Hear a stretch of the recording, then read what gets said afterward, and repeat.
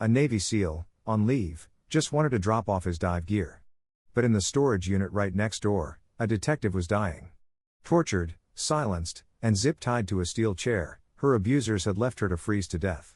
They never counted on the man in Unit 4A, and they never counted on the Service K-9 who suddenly refused to be quiet, sensing a fading life through a wall of concrete and steel. The air in central Ohio was thick enough to chew. It was the kind of oppressive, late August humidity that clung to the skin like oil, promising a thunderstorm that wouldn't break.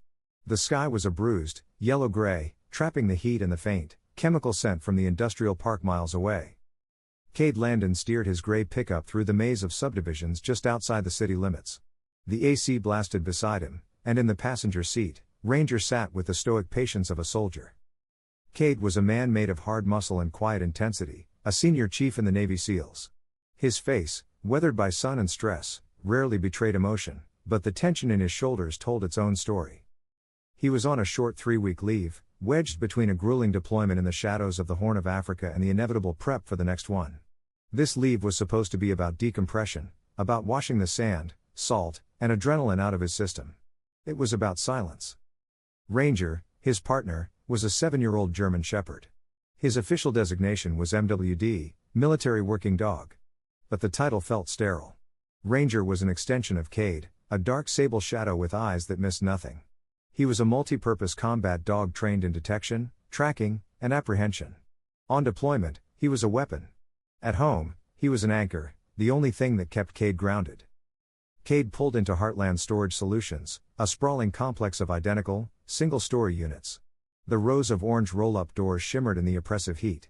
It was a place of transitions, where people stored the remains of lives they'd left behind or hadn't yet begun. For Cade, it was simply practical.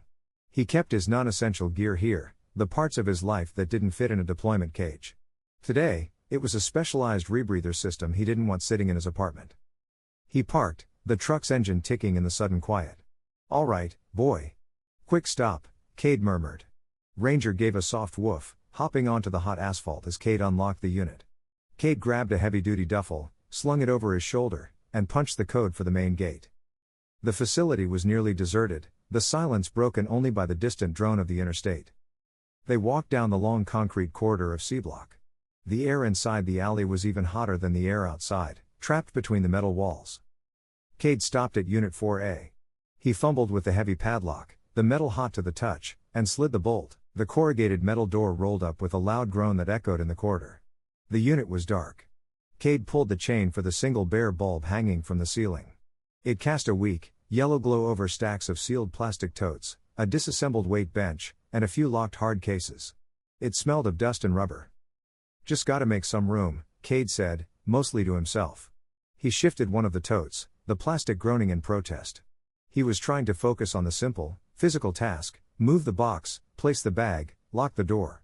He was trying to force his mind into a quiet, civilian rhythm. Ranger, meanwhile, had begun his own nasal reconnaissance. He circled the perimeter of the 10 by 20 foot space, his claws ticking on the concrete. He sniffed the totes, the walls, the back corner. Cade had just managed to wedge the heavy dive bag into a secure spot when the ticking stopped. Silence. Cade glanced over. Ranger was frozen, statue still, his head cocked.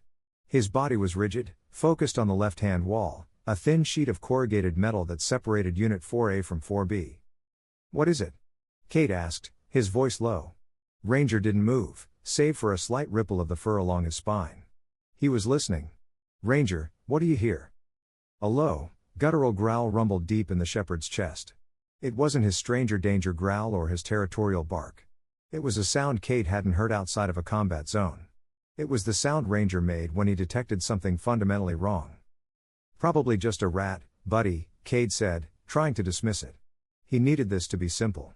He was tired of complications, tired of threats hiding behind walls. He turned back to his bag. Ranger ignored him. He took 2 more steps toward the wall, his nose pressed against the cool metal.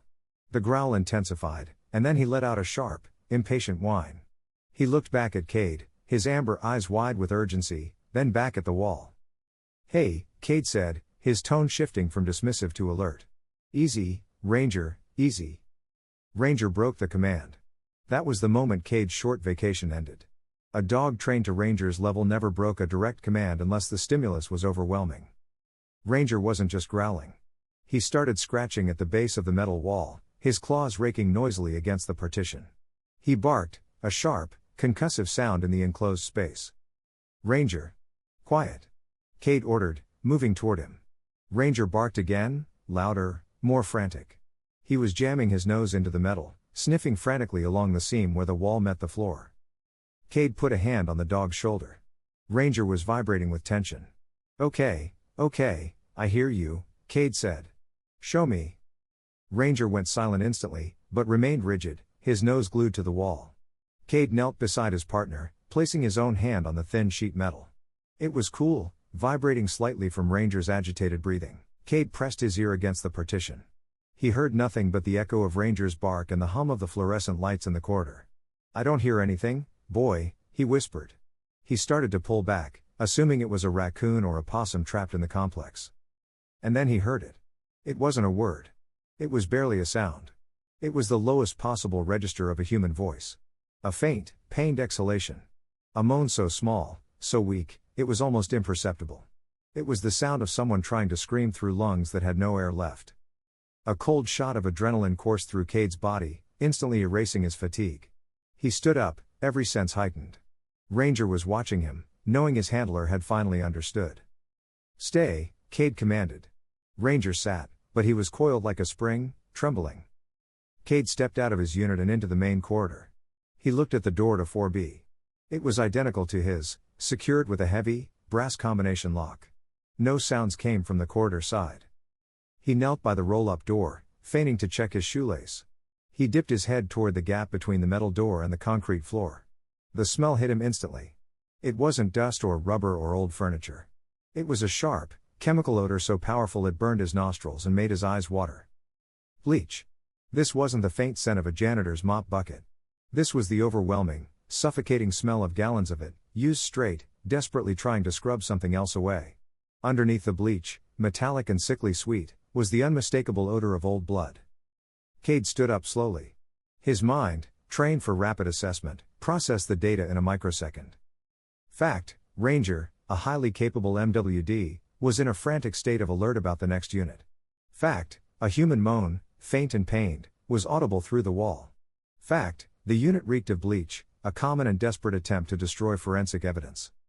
He looked at Ranger, who was still sitting sentinel at the partition inside Unit 4A. Cade gave a low, two-note whistle. Ranger was at his side instantly. Cade Landon looked at the lock on Unit 4B, his jaw tight. He had come here to store his gear, to find a moment of peace in the sweltering Ohio heat. Instead, he'd found something trapped in the dark, hidden behind a thin sheet of metal, and it was still alive. Cade moved without a wasted motion. The switch from relaxed civilian to operator was instantaneous, like a flip of a switch in his brain. The man on leave was gone, replaced by the senior chief. "Ranger, watch," he ordered. The shepherd sat back on his haunches at the entrance to 4A, his body a rigid silhouette, eyes locked on the door to 4B. He was the perfect sentry. Cade walked to his truck, his steps measured. He ignored the glance from a woman unloading boxes 2 rows over. From a locked Pelican case under the back seat, he retrieved a small, black canvas roll. It contained a specialized set of tension wrenches and picks, tools not meant for public consumption. He was back at the door in seconds. He knelt. The brass combination lock was cheap. A false sense of security. He bypassed it. The real problem was the cylinder lock inside the door handle. He inserted the tension wrench, applying slight pressure. His other hand worked the pick with the delicate touch of a surgeon. He felt the first pin click, then the second, the third. His hands were steady, his breathing controlled, the chaos of the Ohio afternoon fading to a single point of focus. The fourth pin set, and the lock turned with a soft, oiled click. He took a deep breath, tasting bleach. "Ranger," he said, his voice low. "Ready." He gripped the handle and pulled. The heavy, corrugated door rolled up with a horrific screech, protesting every inch. The sound was deafening in the quiet corridor. The first thing that hit him was the cold. It wasn't just the smell of bleach. It was a biting, bone-deep cold that radiated out of the dark space as if the 10 by 20 unit were a walk-in freezer. The single bare bulb inside was on, flickering, casting a sickly yellow light. The scene was one of deep, meticulous violence. The unit was almost completely empty, save for a few dark, damp stains on the concrete and a single object in the center. A woman was slumped in a heavy, industrial steel chair. She was unconscious, her head lolled forward, chin to her chest. Dark, wet hair was matted to her face. She was dressed in a torn blouse and jeans, both soaked with water and bleach. Her hands were bound behind the chair, her ankles secured to the legs with thick, black zip ties, pulled so tight they had dug deep into her skin. But it was the chair that held Cade's gaze. It wasn't just sitting there. Its four legs were slightly splayed, each one fixed to the floor with a thick, newly set concrete bolt. This was not a random act. This was a planned and precisely staged execution. Ranger, released from his sentry duty, didn't bark. He moved past Cade, low and fast. He went straight to the woman, his claws ticking on the concrete. He nuzzled her limp hand, nudging it, whining deep in his throat. He licked her cheek, his rough tongue trying to clear the matted hair, trying to fight back the cold. It was a desperate, instinctual act. Part recognition, part rescue. Cade was already in motion, his medical training kicking in. He pulled a compact trauma kit from his ankle. Ranger, warm her, he commanded. The dog understood. Ranger pressed his entire body against the woman's torso, a 90-pound fur-covered furnace, whining softly to stimulate her. Cade's assessment was fast, practiced. Airway is clear, he muttered, tilting her head back slightly. Respirations are shallow, thready, he checked her carotid artery. Pulse is weak, rapid, shock, severe hypothermia. Her skin was ice-cold and pale, a ghostly white. He saw the vicious purple and black bruises on her arms, the cuts on her face. This was torture. He saw a police detective's badge on a broken chain hanging loosely from her belt loop, missed by her captors. Detective Rios. Detective Rios, can you hear me? He said loudly, his voice calm. He didn't expect an answer. He pulled out trauma shears and cut the thick zip ties on her wrists and ankles. Her limbs stayed where they were, frozen in the bound position. He couldn't move her from the chair. He looked at the bolts. They were half-sunk concrete anchors, immovable without a heavy-duty wrench. He pulled out his phone. 911, what is your emergency? The dispatcher's voice was bored. I need immediate medical and police at Heartland Storage Solutions, 8800 Belair Road, Cade said, his voice flat, clear, and loud. Unit C, Bay 4B. I have an adult female, unconscious, unresponsive, apparent victim of torture. She's in severe hypothermic shock and is tied to a chair that is bolted to the floor. The dispatcher's tone changed instantly. Sir, can you repeat that? Detective Rios, Cade said, reading the name from the badge. She's dying. I'm a Navy combat medic and I am rendering aid. Get them here now. He didn't wait for a reply. He hung up and pulled a Mylar emergency blanket from his kit, wrapping it around her and Ranger, encasing them both in the reflective foil. He checked her pulse again. It was weaker. Don't you quit, detective, he whispered, dressing a bleeding gash on her forearm he hadn't seen. Stay with me. The room was a sterile, cold, chemical-smelling tomb, but in its center, a Navy SEAL and his dog were fighting to keep a single spark from being extinguished. Ranger licked her face again, and this time, Detective Rios let out the faintest, barely audible sigh. Outside, in the distance, the first sirens began to wail, cutting through the heavy, hot Ohio air, racing toward the cold. The ambulance ride was a blur of high-pitched whines and the frantic energy of paramedics.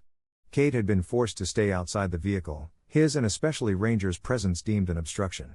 He followed them in his truck, Ranger silent in the passenger seat, the sirens a beacon in the humid twilight. They arrived at St. Michael's Medical Center in a controlled slide. The gurney carrying Rios exploded out of the ambulance doors. She was a bundle of Mylar, 4 bags, and monitors. Cade and Ranger were stopped at the main entrance by a weary security guard. Sir, you can't go past here and the dog definitely can't. Cade just looked at him, his eyes flat and cold. We're not staying in the waiting room. He flashed his military ID. I'm the primary witness and I rendered first aid. The dog stays with me. The guard, seeing the ID and the absolute lack of compromise in Cade's face, wisely stepped aside. They were a strange sight in the fluorescent lit chaos of the ER, a big, dust-covered man in tactical pants and a giant German shepherd, both moving with the silent grace of predators, parting the sea of nurses and staff. They stopped at the entrance to the main trauma bay, a room of glass and steel, where a team was already descending on Detective Rios. Jane Doe, age unknown, profound hypothermia. Core temp is 84 degrees, a paramedic reported. Found bound. Apparent torture victim. Pulse is thready. BP 80/40. And dropping. A nurse was cutting away the scraps of her bleach-soaked clothing. We're losing her. And then the chaos dissolved. Out of the way. The voice wasn't loud, but it cut through the room like a scalpel. Dr. Julian Croft stepped through the curtain.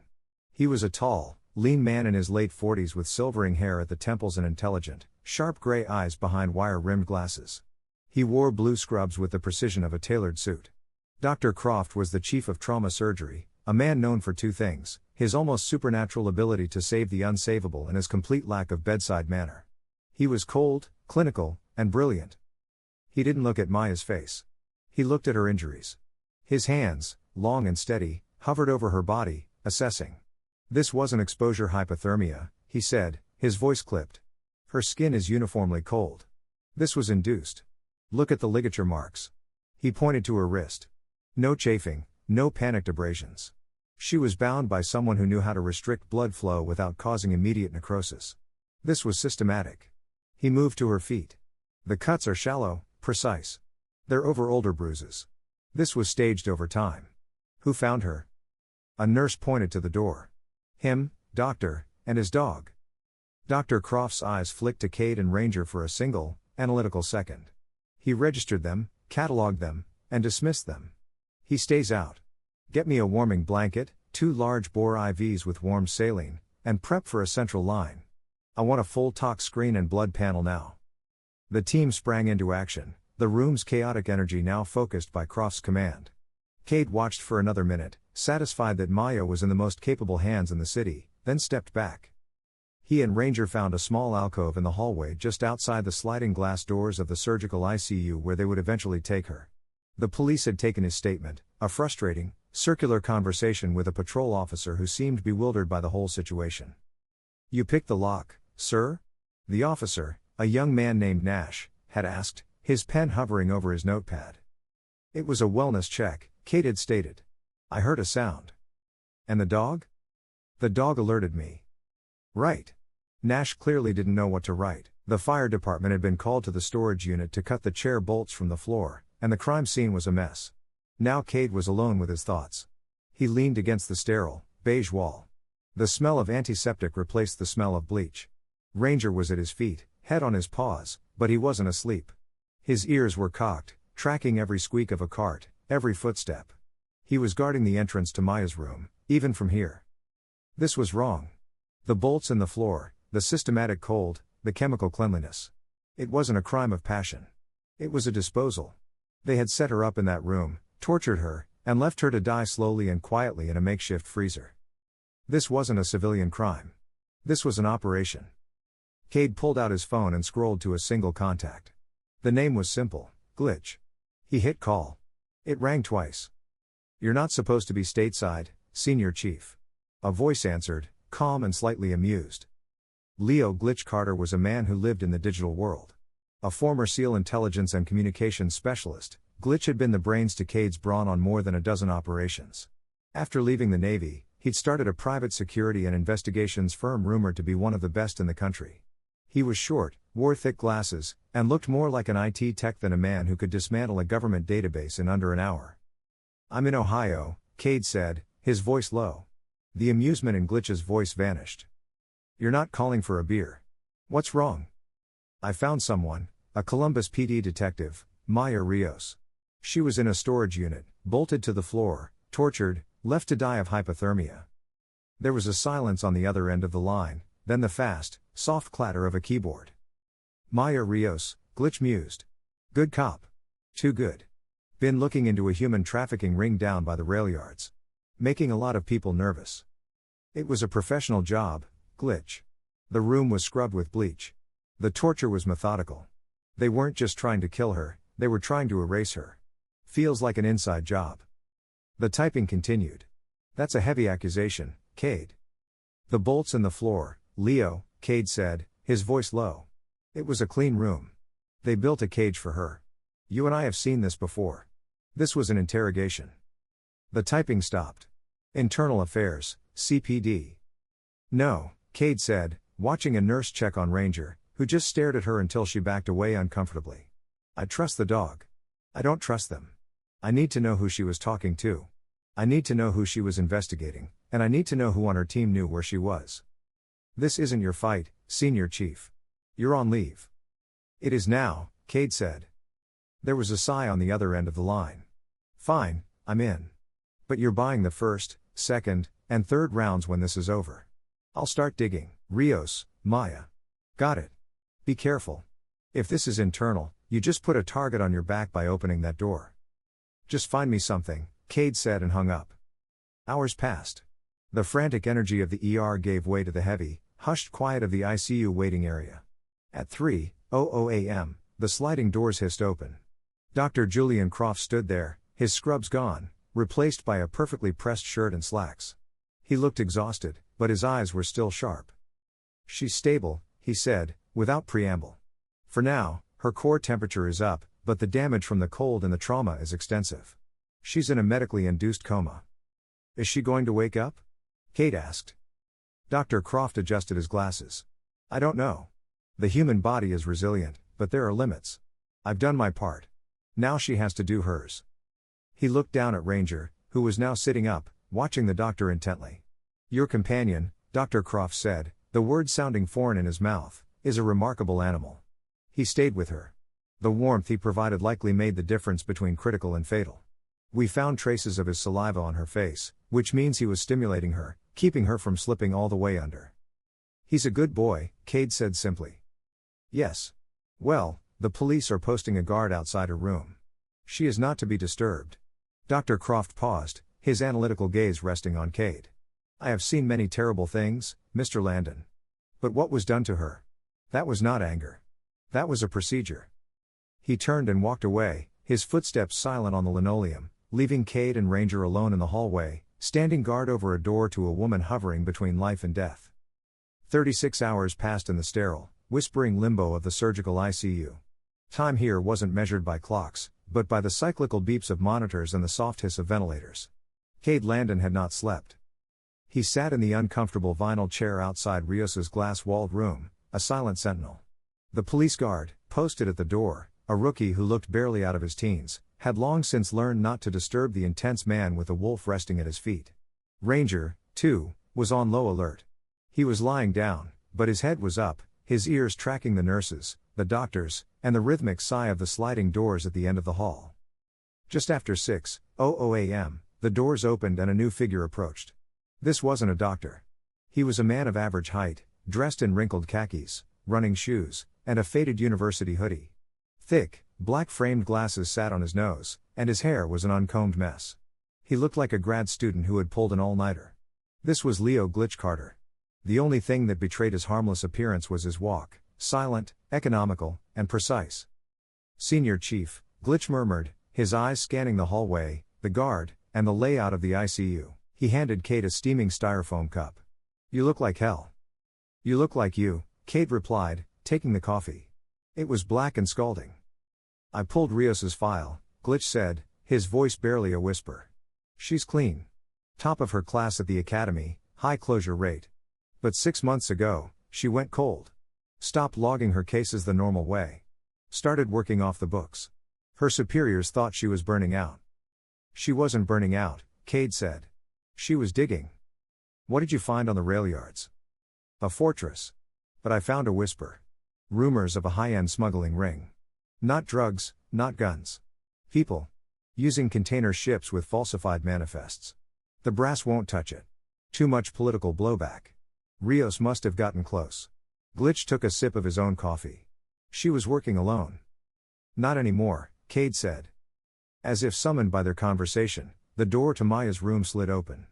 Dr. Julian Croft stepped out, looking as sharp and precise as the day before. He was looking at a tablet, his brow furrowed.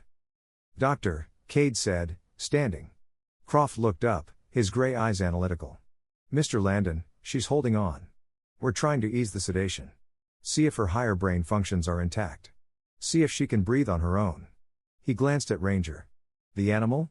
It's been here all night. He stays, Cade said. It wasn't a request. Croft stared at him, then gave a single nod, a curt acknowledgement of the dog's role in the rescue. Stand by the door.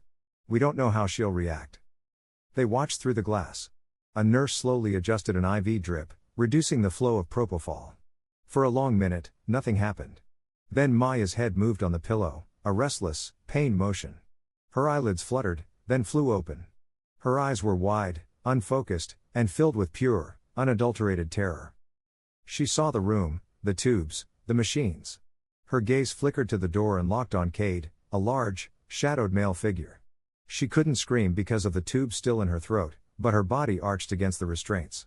The monitors erupted in a cacophony of shrill alarms. Her heart rate spiked to 180.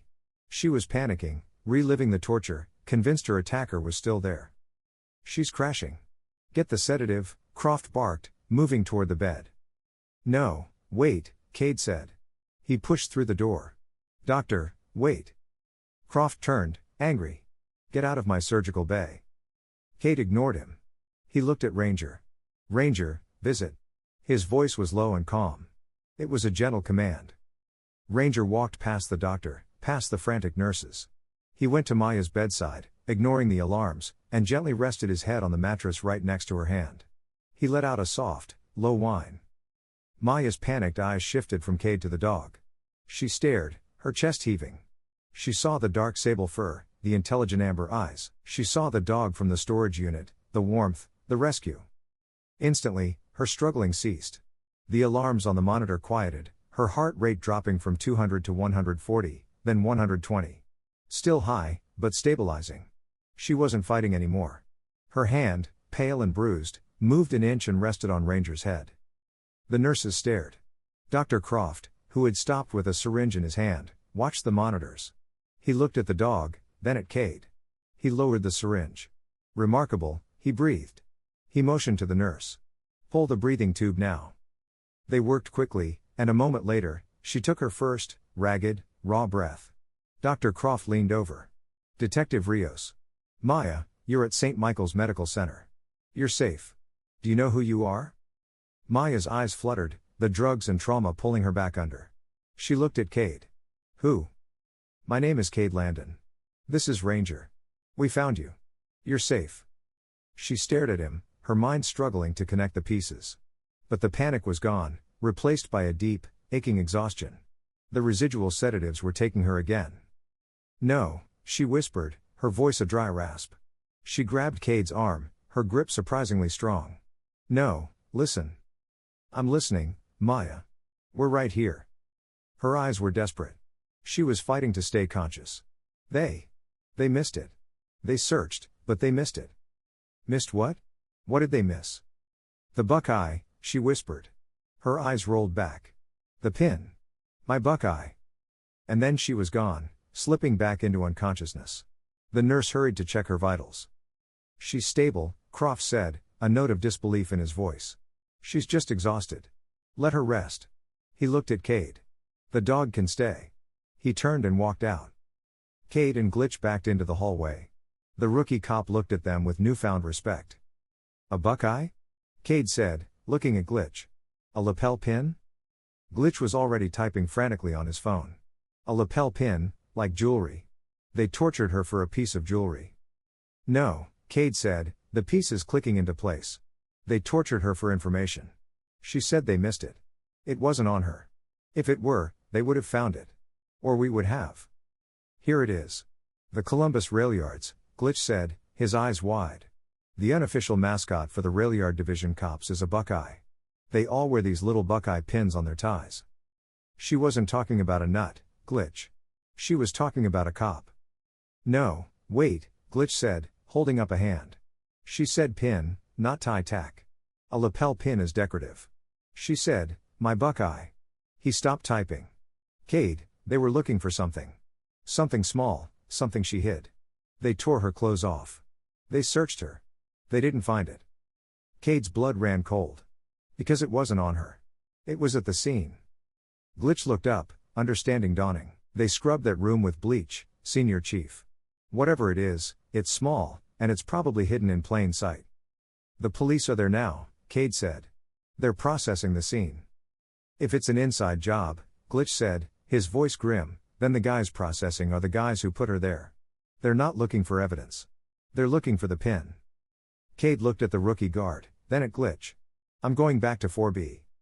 That's impossible, Senior Chief. It's a sealed crime scene. You'll be arrested. Ranger will find it. He has her scent. He'll find this. Cade started to move. Okay, Glitch said, grabbing his arm. You go. Go dark. Go fast. But I'm staying. They missed it at the scene, which means they don't have it. But now they know she's alive, and they know she's talking. They'll be back, Cade. They'll come here to finish the job. The kid at the door isn't going to stop them. Cade nodded. The hunt was on. Watch her, Glitch. You just find that Buckeye, Glitch said, sitting down in the vinyl chair, looking for all the world like a worried relative, his eyes already calculating the angles of the hallway. Cade and Ranger turned and walked toward the exit, a two-man, one-dog ghost team disappearing back into the city. At 02:17, Cade pulled his truck onto a dark street 2 blocks from Heartland Storage Solutions. The oppressive humidity had finally broken, leaving the Ohio night air cool and clear. He had changed out of his civilian clothes and into a dark, nondescript hoodie and cargo pants. Ranger, silent, he murmured. The shepherd, sitting alert in the passenger seat, let out a soft huff of understanding. Cade had long since removed the MWD tags from his collar. Ranger moved without a jingle or a sound. They were ghosts. Cade scaled the 8-foot perimeter fence at the back of the complex, landing softly on the asphalt. Ranger followed, clearing the chain link with ease, a single, utterly silent leap. The rows of metal doors were bathed in the humming, unpleasant orange light of the high-pressure sodium lamps. Cade and Ranger moved in the shadows, their footsteps making no sound. They reached C-Block. The door to Unit 4B was now a grim sight. Bright yellow crime scene tape was stretched across it in a large X. The lock Cade had picked was gone, replaced by a heavy-duty police-issue padlock and hasp. Cade didn't give it a second glance. He moved to Unit 4C, the one next door. He knelt, his pick set in hand. This lock was older, the pin stiff. It took him 30 seconds. The lock clicked open. He slid the door up just enough to slip under, Ranger at his heels, and pulled it shut behind them. Unit 4C was filled with old, forgotten furniture covered in dusty white sheets. It smelled of mothballs and decay. Cade moved to the dividing wall, the same thin, corrugated metal that separated him from 4A. He pulled a specialized screwdriver from his pocket. The wall panels were held to the metal studs with simple hex head screws. He found 4 near the base of the wall, shielded from the corridor by a large, sheet-draped armoire. He worked quickly, his movements economical. The screws bit silently, then came free. He bent the thin metal panel back, creating a triangular opening just large enough for him and Ranger to squeeze through. They were inside the walled tomb. The bleach smell had faded, replaced by the sharp chemical scent of luminol and fingerprint dust. The single light bulb was off. The fire department had done their work. The steel chair was gone. All that remained was a white chalk outline on the floor and 4 jagged stumps of the cut chair legs, still anchored to the concrete. A dark, ugly stain marked the center. Cade switched on a small flashlight with a red filter, keeping the beam low. The forensics team had been here. The floor was coated in fine black powder. They had been thorough. If the pin were visible, they would have found it. But Maya had said they missed it. He knelt, sweeping his eyes across the floor. Nothing. Ranger, he whispered, his voice a wisp of air. Find. He didn't need to give the dog a scent article. Ranger had spent an hour pressed against Rios, absorbing the smell of her fear, her pain, her blood. That scent was now etched into his brain. The shepherd went to work. He didn't search randomly. He began a low, methodical grid pattern, his nose to the concrete. He was trained to detect specific trace odors, to ignore the overwhelming chemical noise of bleach and forensic powder. He was looking for her. Ranger sniffed the center of the chalk outline. He spent a moment at the cut bolts. He moved past them to the back wall. He worked the perimeter, sniffing along the base of the metal studs. Cade watched, silent. In the back right corner, Ranger stopped. He sniffed one spot, a nearly invisible crevice where the concrete floor slab had shrunk slightly, leaving a crack no wider than a dime. He sniffed it again, then a third time. Then he lifted his head, looked directly at Cade, and quietly sat. The alert. Cade was beside him instantly. Good boy. He shined the red light on the spot. It looked like nothing, just a dusty crack in the floor. He took a thin metal probe from his multi-tool and gently slid it into the gap. It clicked against something. Not concrete, something small. He was patient, carefully working the object loose, lifting it from its hiding place. A small, dust-covered dark shape fell onto the floor. Cade picked it up with a gloved hand. He wiped away the grime. It was a small, metal nut. A buckeye. On the edge of the shell, almost invisible, was a tiny, dark red flake of dried blood. Maya must have dropped it during the struggle, or perhaps hidden it there herself, a final desperate act before being bound. He examined it in the dim light. It was cheap, decorative, but on the back where the pin should have been, there was a seam. He pressed on the stem of the buckeye. The body of the nut split apart. It wasn't a pin. It was a shell. Nestled inside was a wafer-thin USB drive. The connector itself was disguised as the attachment pin. Got it, Cade breathed. He pocketed the drive. Let's go, Ranger. We're. Ranger, who had been relaxed, suddenly went rigid. His body stiffened, his ears forward, focused on the front of the complex. He didn't growl. He just listened. Cade froze. A second later, he heard it. The crunch of tires on asphalt. A car moving slowly, coasting with the engine off. He moved to the front of Unit 4C, pulling the door open a tiny crack. He looked out. A black sedan, sleek and new, rolled to a stop 2 rows over, opposite C-Block. Its windows were tinted so dark they looked like polished obsidian. It had no license plates. The car sat in the orange light for a minute, silent, watching. Glitch was right. This wasn't a police patrol. This was the enemy, coming back to sanitize the scene. The driver's door opened. A man got out. He was big, dressed in dark tactical pants and a black hoodie, his features obscured by a low pulled ball cap. He was not a cop. He moved with a heavy, deliberate confidence. He started walking, his head on a swivel. He was headed for C-Block. Cade let the door slide shut. He looked at the panel he'd opened into 4B. Ranger, he whispered, through, now. Ranger slipped back into the crime scene. Cade followed, pulling the metal sheet back into place, aligning it. He didn't have time for the screws. He heard the man's footsteps outside the door of 4B. A jingle of keys. He wasn't picking the lock. He had a key. The police issue padlock clicked open. Cade grabbed Ranger by the scruff of his neck. No more time. The back wall of Unit 4B. He looked up. It was just sheet metal screwed to the frame. The roll-up door of 4B started to screech open. Go. Cade hissed. He put his shoulder into the back panel of the unit. It was the exterior wall. He found the seams and pushed. It was flimsy. He hit it hard, once. The screws popped, the metal groaned. Behind him, a bright white flashlight beam flooded the unit. Hey, who's in there? A man yelled. Cade didn't look back. He kicked the panel out, creating a jagged hole. They were in the alley behind the complex. Go, Ranger. Go. Ranger shot through the gap. Cade dove after him, rolling on the gravel as the man yelled again from inside the unit. They didn't wait. Cade and Ranger sprinted down the dark alley, vaulted the back fence, and vanished into the night. The sound of a man screaming in rage faded behind them. Cade Landon ran full out for 3 blocks. Ranger kept pace easily. A silent shadow in the pre-dawn haze. Adrenaline from the confrontation pounded through him. The man at the storage unit was no random burglar, he had a key to a police-sealed crime scene. He piled into his truck, Ranger leaping into the cab. Cade didn't start the engine. He pulled out his phone, his thumb already on Glitch's number. Talk to me, Glitch answered instantly. I'm burned.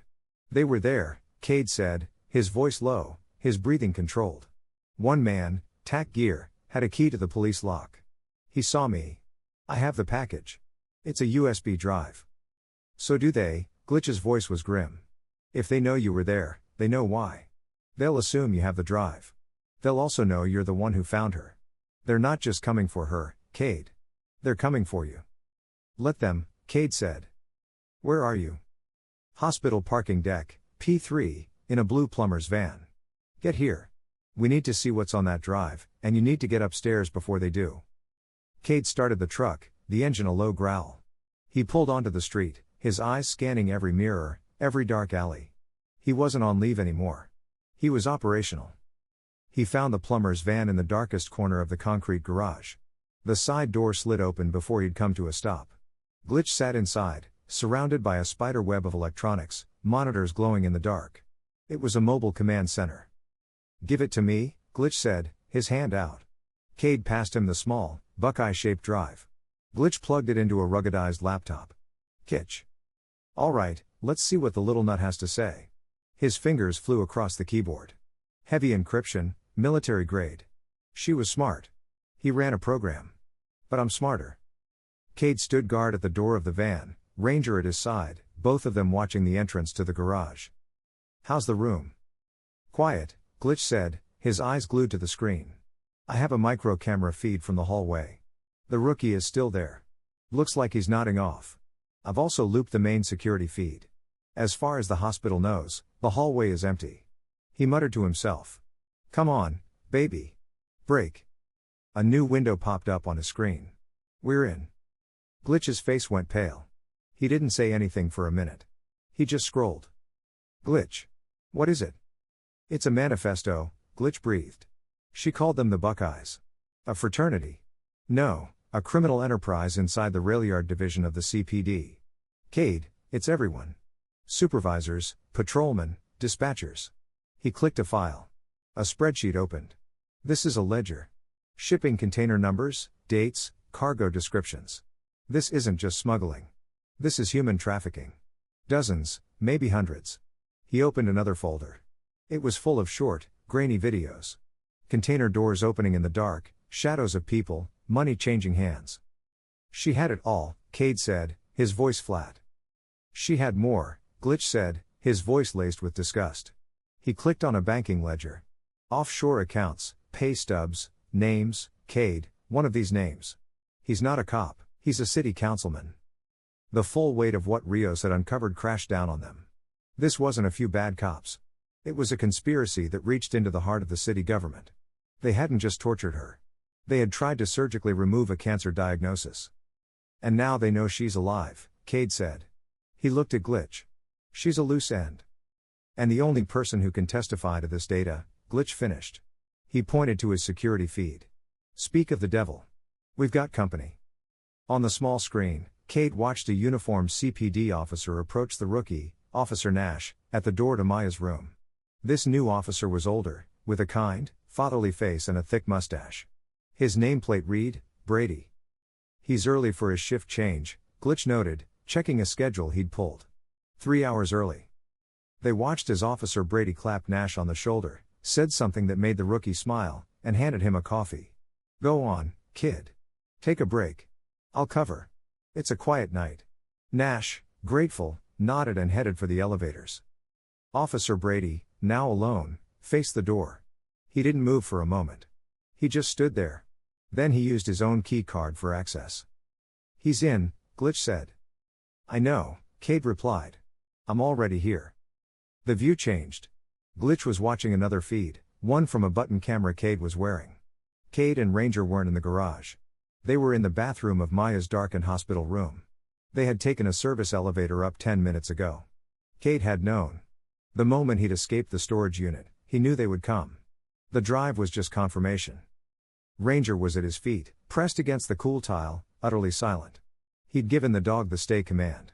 Ranger wouldn't move, wouldn't breathe until released. Through the crack in the door, Cade watched Officer Brady enter. The cop moved with a confident ease. He looked at Maya, lying still and pale in the bed, the monitors beeping softly. He smiled, a thin, cold smile that didn't fit his pleasant face. Such a shame, Detective, Brady whispered. He pulled a pair of latex gloves from his pocket and snapped them on at the wrist. You just should have left it alone. We had a good thing, a clean thing. He reached for his duty belt, but he didn't draw his weapon. He produced a syringe, pre-filled with a clear liquid, potassium chloride. It would stop her heart and a tox screen would miss it, writing it off as trauma-induced.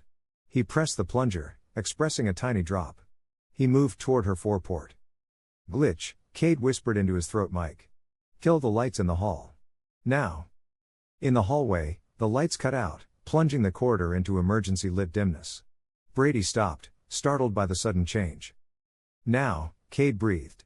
He kicked the bathroom door open. It slammed against the wall with a sharp crack. Brady spun around, shocked, the syringe fumbling in his hand, but he wasn't fast enough. Ranger hit him. Ranger exploded from the darkness, a 90-pound blur of sable fur and muscle. He wasn't a barking, snarling animal. He was a weapon. He launched himself at Brady, his jaws closing not on the man, but on the arm holding the syringe.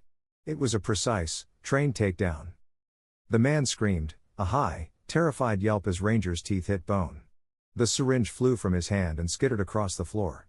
Brady tried to reach for his sidearm with his other hand, but Cade was already on him.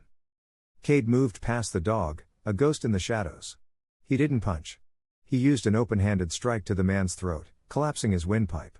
As Brady gagged, Cade wrenched the man's arm behind his back in a brutal joint lock, forcing him to his knees. Ranger immediately released his arm, but stayed over him, his teeth bared, a low, terrifying growl rumbling in his chest. Cade stripped the man of his sidearm and a backup piece at his ankle. He used Brady's own cuffs to restrain him. The entire engagement had taken less than 4 seconds. Cade flipped the main light switch. Officer Brady was on his knees, cuffed, gasping for air, his arm bleeding freely from Ranger's bite. Maya Rios was still asleep, oblivious to the violence that had just occurred. Cade picked up the syringe. He looked at the man on the floor, who was now staring at Ranger in terror. "The Buckeyes," Cade said, his voice quiet. "You people are sloppy." He keyed his mic. "Glitch. Call the director of the FBI's Columbus field office. Tell him to get to St. Michael's Medical Center and tell him I have a gift for him." The chaos of the 4-second fight was replaced by a profound silence. Officer Brady knelt, cuffed, wheezing, and staring in disbelief at the dog that had shattered his arm. Cade Landon stood over him, the captured syringe held carefully in a gloved hand, his face a mask of cold control.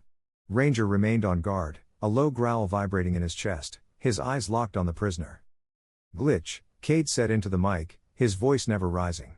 "Call the FBI. Tell them the director of the Columbus field office needs to get to St. Michael's. Tell him I have a compromised CPD officer, evidence of an assassination attempt, and the data package on the Buckeyes. Tell him to come alone and come clean." "On it," Glitch's voice crackled back. "And Cade, the hospital is on lockdown now. My loop on the security feed won't hold forever. You have about 20 minutes before this place is crawling with CPD, and not all of them are going to be good guys." Cade looked at Brady, who was now sweating, the realization of his failure dawning.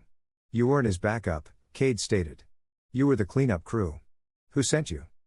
Brady just spit, his eyes full of hate. "Ranger, speak," Cade ordered. Ranger lunged, barking once, a sharp, concussive sound that echoed in the small room, his teeth snapping an inch from Brady's face. The officer flinched so hard he hit his head on the wall. "I don't know," Brady yelled. "I swear, it was just an order. Fix the problem. That's all they said." The elevator dinged. "They're here," Glitch said. "Not CPD. Feds. That was fast." Cade hauled Brady out into the hallway just as 3 figures in dark suits stepped out of the elevator. They were led by a woman who moved with an air of absolute, weary authority. She was tall, with a strong, Slavic build. Her dark hair was pulled back in a severe bun. Her eyes were sharp and missed nothing. This was Special Agent in Charge Eva Rustova. She took in the scene in a single glance. Cade, a civilian giant. Ranger, a military-grade weapon, and Brady, a bleeding, cuffed, and terrified police officer. "I'm Sac Rustova," she said, her voice a low, gravelly alto. "You must be Mr. Landon. My director was very specific. This is Officer Brady. He was supposed to be on patrol at the rail yards." "He was here to fix the problem," Cade said. He held up the syringe in an evidence bag he'd taken from his kit. This was his solution. Rustova's eyes hardened. "My agents will take custody." She nodded to the men behind her, who quickly hauled Brady to his feet. "You," she said to Cade, "have been very busy. You have the package?" Cade nodded toward the van in the garage. "My associate has it. He's the one who called you." "Good." Rustova looked into the room where the detective was, miraculously, still asleep.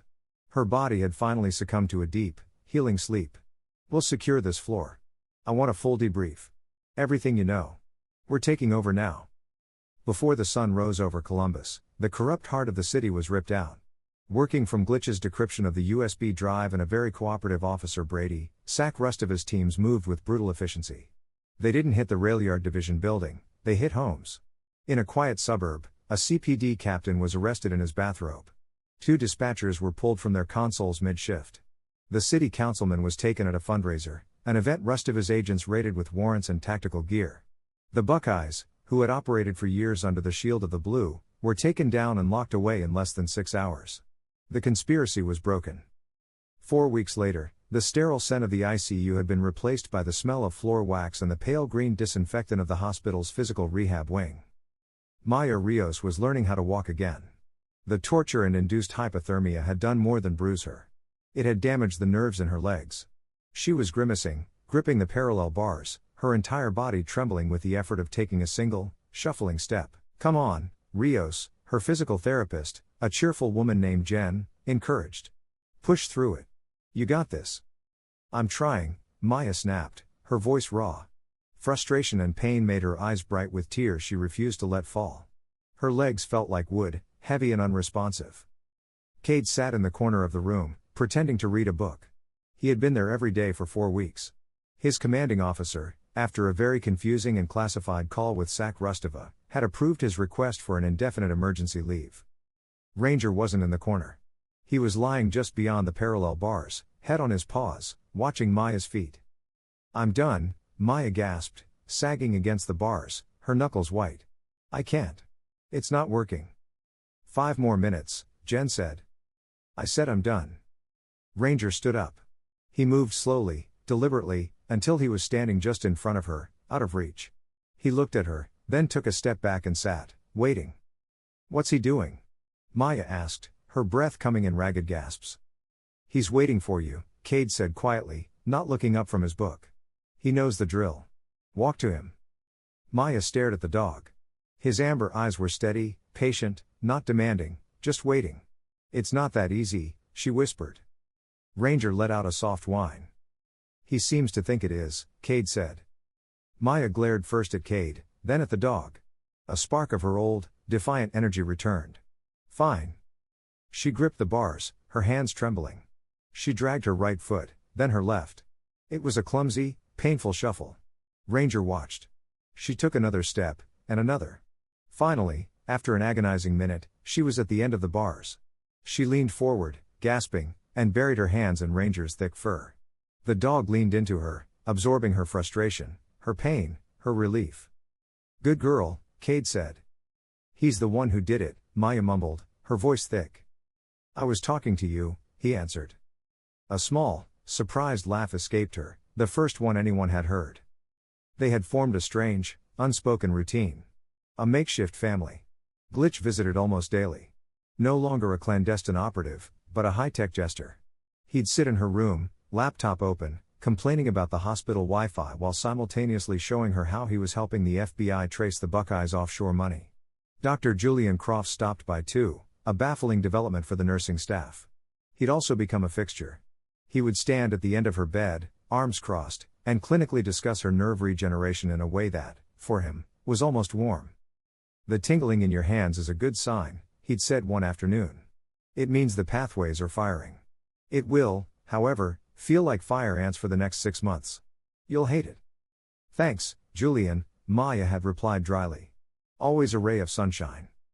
"I am a scientist, detective," he'd sniffed, not a Hallmark card, but he'd brought her a specialized hand-strengthening tool, and he'd stayed to watch Ranger patiently play fetch by nudging a rubber ball with his nose, letting Maya's still clumsy hands retrieve it. That evening, the 4 of them were in her room. Glitch was arguing with Croft about data encryption, while Cade quietly poured Maya a glass of water. Ranger was asleep, his head resting on Maya's legs. Maya looked at them. The hacker, the surgeon, the warrior, and the dog that had been her anchor. They offered me my job back," Maya said suddenly, her voice quiet. Glitch and Croft stopped talking. "The department," she clarified, staring into her cup. "SAC Rustova cleaned house. The new commissioner called. They said I'm a hero. They want me back, full disability pay until I'm cleared. Then back on the street." "That's great, Maya," Glitch said softly. Maya shook her head, a single tear tracing a path down her cheek. "I can't." She looked at Cade, her eyes searching his. "I went to the storage unit to meet an informant, one of my own, Officer Brady. He led me there. He held the door." The room was silent. "I can't go back, Cade," she whispered. "I can't put on the uniform. I can't trust the badge. It's just a costume now. They broke it." Cade looked at her, his gaze steady. He said nothing, just reached out and put his hand over hers. Ranger, sensing the shift in the room, lifted his head and rested his chin on her knee. Maya's realization hung in the air. Her old life was over. The Buckeyes were gone, but they had taken her with them. 6 months later, the oppressive humidity of the Ohio summer had given way to a crisp, cool autumn. The leaves in Patterson Park were a riot of gold and crimson, and the air had the clean, sharp smell of coming change. Maya Rios sat on a park bench, her hands wrapped around a paper coffee cup. She wore jeans and a thick sweater. Her dark hair, no longer matted and damp, was cut in a short, practical style. She looked healthy. Her movements were no longer pained, but fluid and strong. The physical therapy had worked. She still had scars, a thin silver line on her forearm where the zip tie had cut deepest, a faint discoloration on her wrist, and others hidden by her clothes. But the deepest scars were the ones she felt when she heard a heavy door slam or saw a CPD patrol car drive by. Ranger, off-leash, but never more than 10 feet away, was sniffing intently at the base of an oak tree. He was, as always, her shadow. Cade Landon stood a few yards away, tossing an old tennis ball for Ranger, who would dutifully retrieve it, drop it at Maya's feet for a quick pat, then return it to Cade. They had found a rhythm, the three of them, a quiet domestic peace that was both foreign and deeply necessary. Cade's indefinite leave had stretched on. He'd attended every press conference with Zach Rustova, his reports forming a crucial part of the federal case against the Buckeyes. He had been there for every physical therapy session. He had been there when Maya woke up screaming from nightmares. He had, without realizing it, stopped thinking about his next deployment. "I did it this morning," Maya said, her voice quiet, directed at the trees. Cade stopped, ball in hand. "Did what?" "I turned in my badge." She looked at him, her eyes clear and steady. There was no sadness in them, just resolution. "I met with Rustova. I gave her my final statement and my letter of resignation. It's done." "How does it feel?" he asked, walking over to sit beside her. "Like I just put down a 30-pound pack I didn't know I was still carrying," she admitted. It wasn't mine anymore. The badge, the uniform, it was a costume, and the people I was chasing. They were wearing it too. I can't. So what now?" She took a sip of her coffee. "That's the scary part, isn't it? What now? I spent my whole life becoming Detective Rios. I don't know who Maya is." Cade was quiet for a moment. He looked down at Ranger, who had rested his heavy head on Maya's knee, sensing the gravity of the conversation. "I know the feeling," Cade said. He pulled a folded piece of paper from his jacket pocket. It was an official naval form. A DD-214, his certificate of release from active duty. "I filed my separation papers last night. It's done. Senior Chief Landon is officially retired from the United States Navy." Maya's head shot up. "What? Cade, no. You love your job. I never asked you to." "You didn't," he said, his voice calm. "I've been at war since I was 19. It's all I've ever known. We hunt monsters. We come home. We wait for the next hunt. But what you did, you weren't hunting a monster in a cave on the other side of the world. You were hunting one in your own precinct. And what they did to you." He looked at Ranger, who was watching him. "When I found you in that room, and when Ranger wouldn't leave your side, it changed the mission. The fight isn't over there anymore. It's here. Finding the people who fall through the cracks, the ones nobody is looking for." He finally met her eyes. "My whole life has been about the team, protecting the guy next to me. I guess I'm just redefining my team." They sat in silence, the two of them, warriors with no war, detectives with no badge. "So," Maya said, a small smile playing on her lips, "what now? For us?" The next day, they were in a sterile, high-tech conference room in Leo Glitch Carter's downtown office. Glitch, looking unusually professional in a button-down shirt, sat at the head of the table. Dr. Julian Croft sat opposite him, arms crossed, a skeptical look on his face. "A foundation," he said, his voice flat. "It sounds sentimental and woefully underfunded." "It's more than sentimental, Julian," Maya said, leaning forward. She was the one who had called the meeting. She wasn't a victim anymore. She was a leader. The Buckeyes were stopped, but they're not the only ones. The system is broken. It's full of cracks. I fell through one. Cade and Ranger caught me. How many other people are falling right now?" "She's right," Glitch said, pulling up a screen. "I've run the numbers. The CPD's Missing Persons Department has a backlog of over 400 cases from the last 5 years. Cases that get one cursory look, then get shelved. Nobody is looking for them." "So, you want to be private investigators?" Croft asked. "That's not a non-profit. That's a business." It's two-pronged, Cade cut in, his voice grounding the room. The first prong is the how. We saw what Ranger did for Maya in the unit, at the hospital. He wasn't just a dog, he was a lifeline. There are hundreds of smart, high-drive dogs sitting in shelters, scheduled to be euthanized because they're too difficult.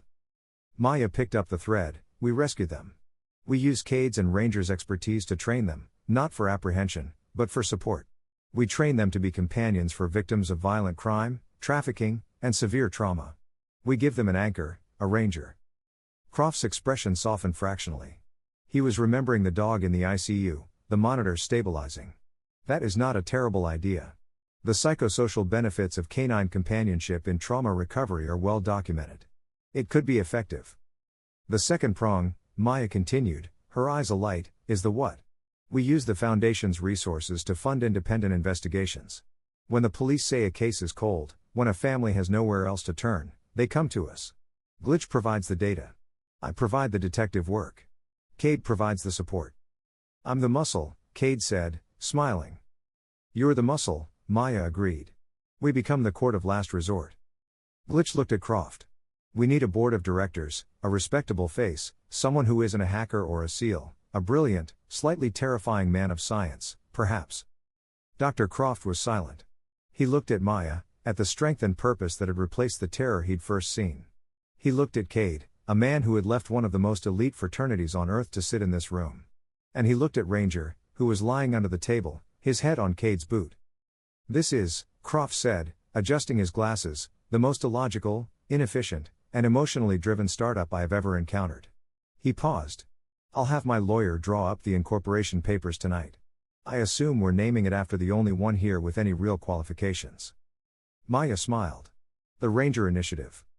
The first headquarters wasn't a fancy office. It was a rented warehouse space near the very rail yards the Buckeyes had once controlled. It was big, airy, and smelled of sawdust and new paint. The back half was a state-of-the-art training floor designed by Cade. The front half was a Spartan office with 2 desks, a massive whiteboard, and Glitch's high-speed servers humming in a closet. Their first client wasn't a cold case. It was a recruit, a timid, 1-year-old Belgian Malinois mix found abandoned, cowering in a county shelter. It had been labeled aggressive and unadoptable. Maya knelt on the training floor. The new dog, Echo, was huddled in the corner, trembling, refusing to make eye contact. He just needs to know he's safe, Maya said softly, not moving. Cade stood back, watching. He'll come when he's ready. Ranger, who had been sitting patiently, seemed to understand. He got up, walked slowly across the floor and lay down about 15 feet from Echo, his body relaxed, non-threatening. He let out a soft sigh. Echo watched him, his terrified eyes tracking his every move. He saw his calm. He saw Maya's patience. Slowly, hesitantly, Echo took one step forward, then another.